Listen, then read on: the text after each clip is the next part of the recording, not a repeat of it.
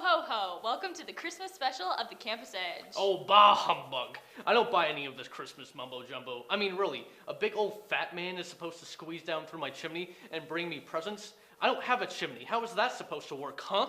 Careful now, you don't want to upset the elf I saw walking around the station. Elf smell? I don't see an elf.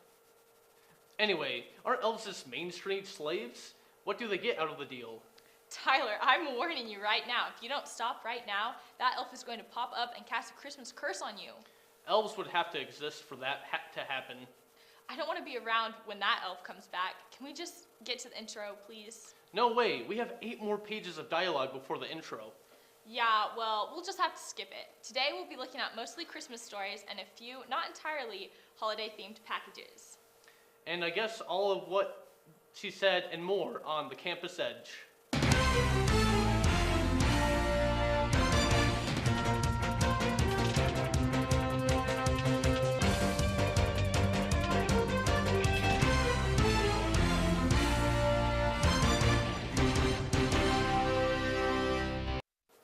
Did you guys get that? Were you recording? You mean you didn't just get that on camera?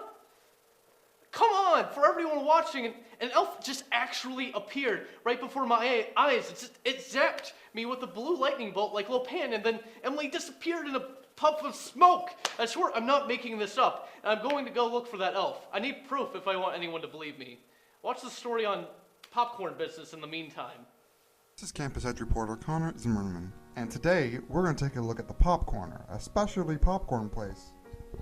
Well, in high school, my first job was working at Vic's Corn Popper, which it opened in Andover like in 2004, and so I was one of their first employees that they hired. And then I graduated high school, went to college, got my degree in business management and marketing, and I always knew I wanted to be an entrepreneur of some sort, and I just wasn't exactly sure, what business I wanted to get into.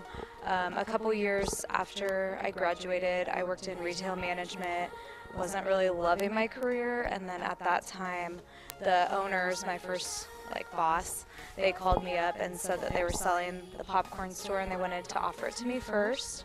So I saved up all my money and I decided that I was going to go for it. And then me and my family kind of rebranded the assets into the Pop Corner. Our first store was in Andover, which is the original location of Vic's Popcorn, which is where I first worked. And then we just opened this one a month ago, West Side. I just take things that I know I really like my favorite drink in the fall is a chai tea latte. I'm not really a huge pumpkin person, so that's I was like, how could we do that in popcorn form? So I'm always trying to find things that I know people like, and we're not afraid to try weird stuff. For example, next week our flavor is pepperoni pizza, and so that's something everyone likes. Why not try it out in popcorn form? So I think it's going to be really good, but really, we take requests. Every time I have an employee that has a birthday, I have 25 employees now. I let them pick their flavor of the week for that week. So I usually hit them up 2 months ahead of time when we make our schedule, and I always try to get them to come up with some crazy flavors because I like to be challenged to come up with new stuff. So my favorite flavor is Chicago style, which is our savory cheddar and old time caramel mixed together. I'm a big fan of the sweet and salty ones. Today we took a look at the Pop Corner, a specialty popcorn place on the west side of Wichita and in Andover. Maybe you'd like to come pop by sometime. For BCTV Channel 20, I'm Connor Zimmerman.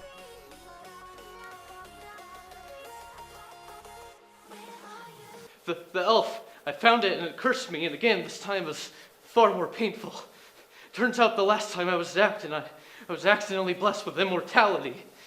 Now I've been cursed with what the elves call Santanitis. I will slowly be turning into Santa over the course of the following Campus Edge. I have to take this place until I find a replacement. This could take years, but enough of my troubles. Why don't you take a look at some cheap Christmas gifts?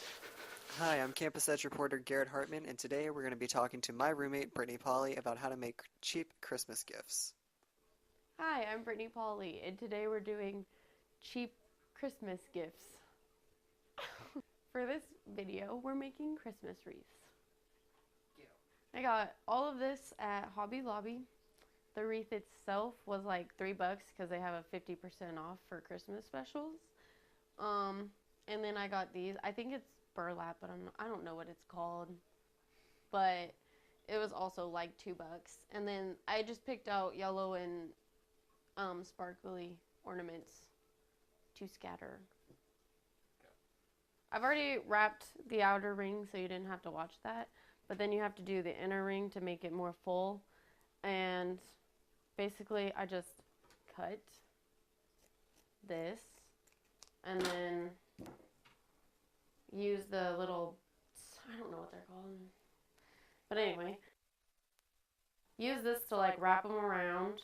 I do twice because it'll stay in place. And then, oh, ow. Then you just wrap them. Since this part is long and I like being ironic, here's some fun Christmas music. This holiday, you'll be far away, and I'll be all alone. So please remember this December. Okay. Now I got it all complete, and then I go around and trim the outsides that don't look clean. Text me Merry Christmas. Let me know you care. Okay, next I'm gonna glue some of these, hot glue some of these rolls onto here. Face will do, baby. Text me Merry Christmas, 'cause I'm missing kissing you. Whoa, text me Merry Christmas, make my holiday complete. Though you're far from me, say you'll be BRB. That's a text I'll never delete. Choose just the right emoji, one that makes me LOL. And if you text me something naughty, I promise I won't tell. I don't care if you spell things right, I just want to hear from you tonight. Stroke those keys with your delicate touch, and type those little words that mean so much. Text me Merry Christmas, let me know you care. Just a word or two of text from you will remind me you're still there. You don't have to add much to it, one smiley face will do. Baby, text me Merry Christmas, 'cause I'm missing kissing you. Whoa, text me Merry And there you go. Total cost, probably $11. For BCTV Channel 20, I'm Garrett Hartman. Well, on the bright side, this hat seems to be covering my hairline. You know what? I think I might rock this look. Santa can be hip. Anything is possible in 2016. Donald Trump is president, film is dead, and oh my goodness, I'm actually turning into Santa Claus. 10 minutes ago, I didn't even believe in the guy, and now I'm becoming him? This is a new and terrifying form of an existential crisis. Why don't we all try it and calm ourselves down over a nice cup of hot chocolate? Hello there, and welcome to my kitchen. Today, we're gonna make some hot chocolate, but not just any hot chocolate. We're actually gonna have some Nutella hot chocolate, peppermint hot chocolate, and cookies and cream hot chocolate. The best part, they're all really easy. Let's get started.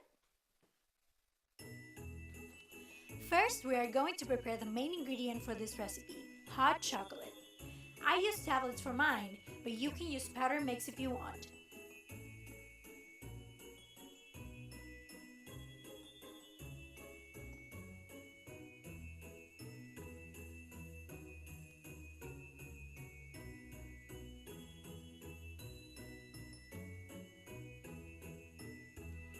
Follow the instructions in the package, give it a good stir, and then pour into your cup or glass.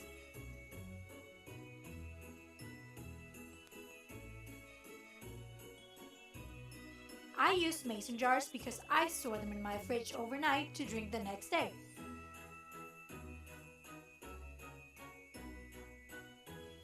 For the cookies and cream one, you grab your chocolate while it's still hot, add some cookies and cream chocolate bars, and give it a good stir.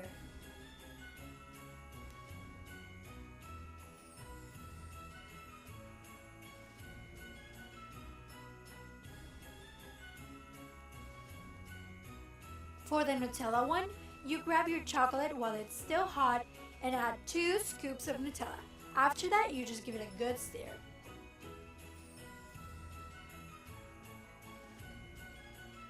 And for the peppermint one, you grab your hot chocolate while it's still hot, and for this one, we're actually going to use some peppermint sticks and we're going to crush them.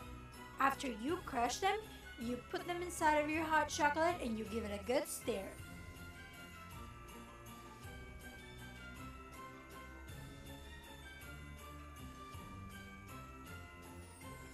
Now that you have the hot chocolate in your cup or jar, you are going to put small marshmallows on top, and after that, some whipped cream.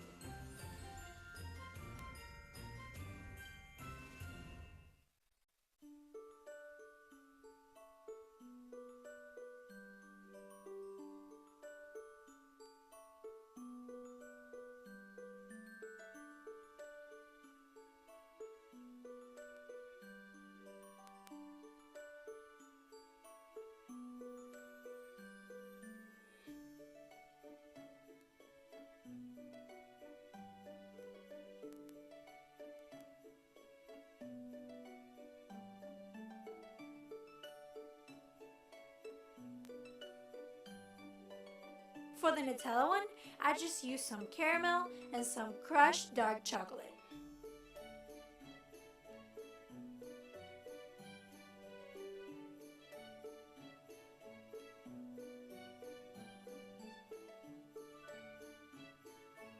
For the cookies and cream one, I just used some crushed Oreos and 1 complete Oreo.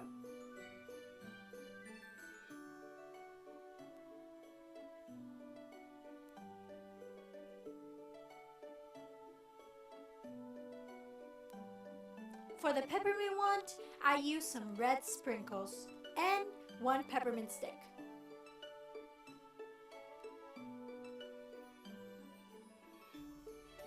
And that's it. This is how you make this easy recipes for this cold weather. What do you guys think? Thanks for watching. This was Karen Garza. As it turns out, I shouldn't have tried the hot chocolate. Santa can apparently only consume reindeer milk. Here's a commercial to watch while I run to grab a bottle of Tums.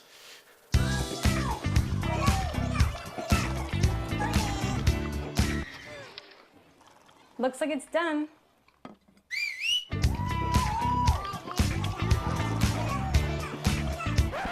Don't let salmonella get funky with your chicken. On average, 1 in 6 Americans will get a foodborne illness this year. You can't see these microbes, but they might be there. So learn the right temperature to cook each type of meat. Keep your family safe at foodsafety.gov. Oh my goodness, I feel much better. I really thought that lactose problem was going to last longer than it did. Also, would not recommend reindeer milk. I think I'm going to have to try to become vegan. Come to think of it, that's pretty hip. Maybe I can rock being a vegan Santa and can fit clothes over the Santa suit. I bet Johnson Clothiers would find a way to fit me. Speaking of which, here's a package on them. Are you like me and in pretty dire need of a new wardrobe change? Well, that's why I came to Johnson's Clothiers, located at 12111 East 21st Street.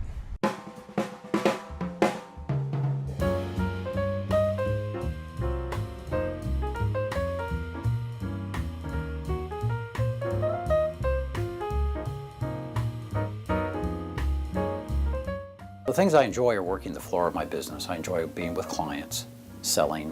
I've been a buyer for the store for maybe 40 years now or longer. I think the small retailer still represents a lot of value. Some of the garments you buy in some of the box stores are marked up so much or the quality so poor. So if you're looking for a quality product, if you're looking for someone to help you put it together, expert alterations, and something that's going to be timeless in your wardrobe, I think you just can't beat a specialty store. We carry some real top-of-the-line goods from Samuelson, and we also carry some opening price ranges from Revelino. So those are suits that start at $195. Top of the line would probably end up with Samuelson at $1,500. So really a wide price range because we appeal to a lot of different ages and a lot of different incomes.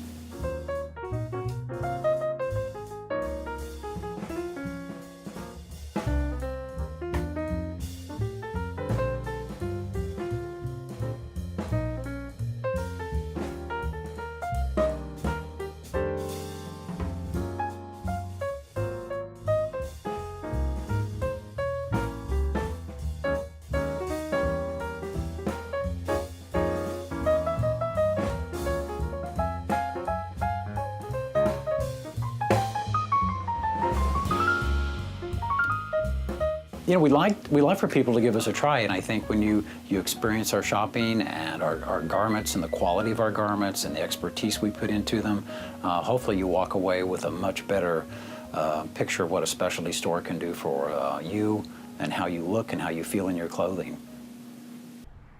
Well, they certainly set me up. And with Section 37, their contemporary store, and the tailor shop, their in-house tailors, they can suit all your needs. This is Andrew Lillard reporting. It's happened, and I have his beard.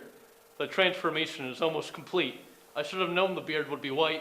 I'm not sure what I expected. There is no way to make this hip. I'm calling it now. This can't be all bad, right? I can watch movies at the Warren 21 now. That's nice, and that's about all the pluses I can think of. Maybe our last story on a holiday bazaar could enlighten me on a few more special things about Christmas. I'm Campus Edge reporter Brian Harden for BCTV Channel 20, and today we'll be taking a look at the Holiday Bazaar here in El Dorado. The Holiday Bazaar is located at 115 West Ash Street in El Dorado, in the Farmers Market building. It features several vendors all selling homemade holiday items.